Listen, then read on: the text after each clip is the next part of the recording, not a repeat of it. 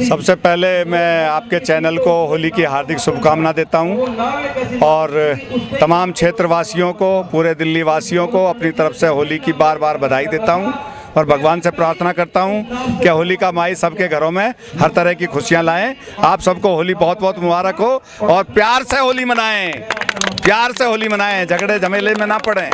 Thank you. और होली का माई से प्रार्थना करता हूं, भगवान से प्रार्थना करता हूं कि आप सबके घरों में हर तरह की खुशियां, होली का माई आपको हर तरह की खुशियां से नवाजे, आपको हर तरह की खुशियां दे, आपके कभी भी दुख की परछाई भी आप पर ना पड़े, ऐसी मैं भगवान से प्रार्थना करता हूं।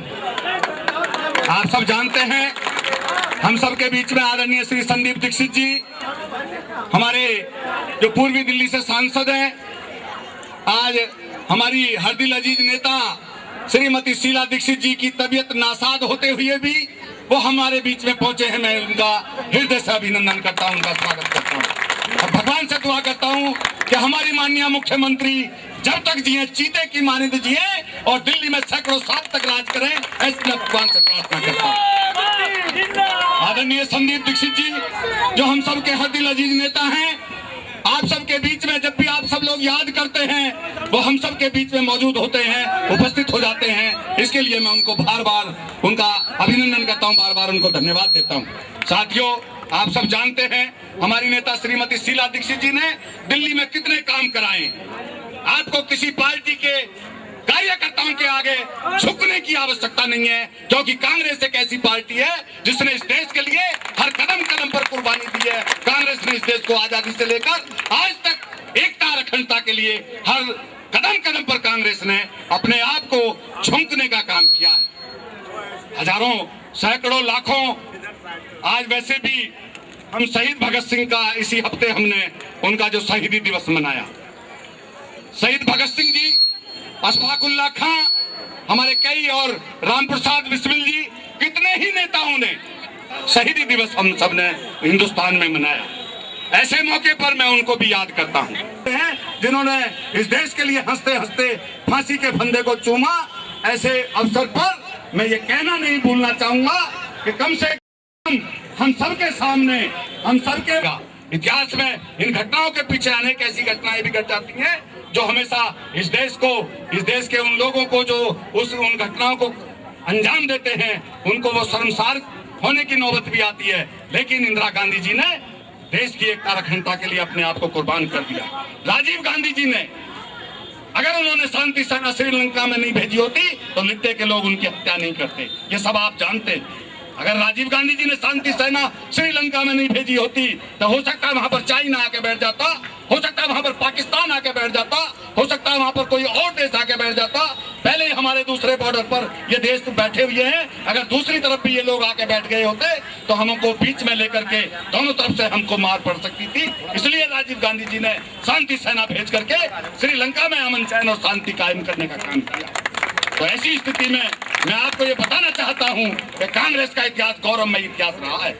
आप लोगों को, जो लोग आपको झूठे नारे दे करके आपके बीच में आते हैं, उन लोगों ने इस देश के लिए नखून तक नहीं कटवाए हैं और कांग्रेसियों ने अपने सर कलम कराए हैं। इसे कोई नहीं झुठला सकता। हमारी नेता श्रीमती शीला दीक्षित जी ने इन 15 सालों में आपने देखा, ऐसे में जब 15 साल पहले बीजेपी का राज था तो रेड लाइट पे जब स्कूटर वाला, मोटरसाइकिल वाला रुकता था, सांस नहीं ले सकता था। इतनी दूषित हवा हमें सांस में, किसी भी मुल्क से अपने आप को कम नहीं आंकते हम अपने आप को। आप नई दिल्ली में चले जाइए, आप यमुना के किनारे की सड़कों पे चले जाइए, आपको दिखाई देगा कि क्या अमेरिका और क्या जापान और क्या फ्रांस, उन सबसे अच्छा हमारा देश, क्या रूस और क्या इंग्लैंड, उन सबसे हमारे देश की सड़कें, चौड़ी सड़कें, पूरी तरह से हरियाली। मैं हार्दिक शुभकामनाएं आप सबको देता हूं और बहुत बहुत होली की आप सबको शुभकामनाएं देता हूं। वैसे तो पर्व होली का है, साथ बैठने का है, इस रंगारंग त्योहार के पहले एक दूसरे को बधाई देने का है, लेकिन इस मौके पे बहुत बढ़िया बातें अमरीश जी ने भी बताई हैं। इस पे बहुत ज्यादा मैं आज नहीं कहूंगा, लेकिन क्योंकि समय आने वाला है चुनाव का, तो चुनाव में अपनी बात कहना इसलिए भी आवश्यक होता है कि 5 साल हम लोग पढ़ाई करते हैं, उसके बाद हम 5 साल की पढ़ाई का, पूरे 5 साल नहीं, आखिरी के चुनाव के समय इम्तिहान देते हैं और फिर आप तय करते हो कि हम फिर से पास हुए या फिर से हम लोग फेल हुए। इसलिए अपनी इम्तिहान के जिस तरीके से हम लोग पढ़ाई करते हैं, काम करते हैं, उसका व्याख्यान भी आपके सामने करना बहुत आवश्यक होता है।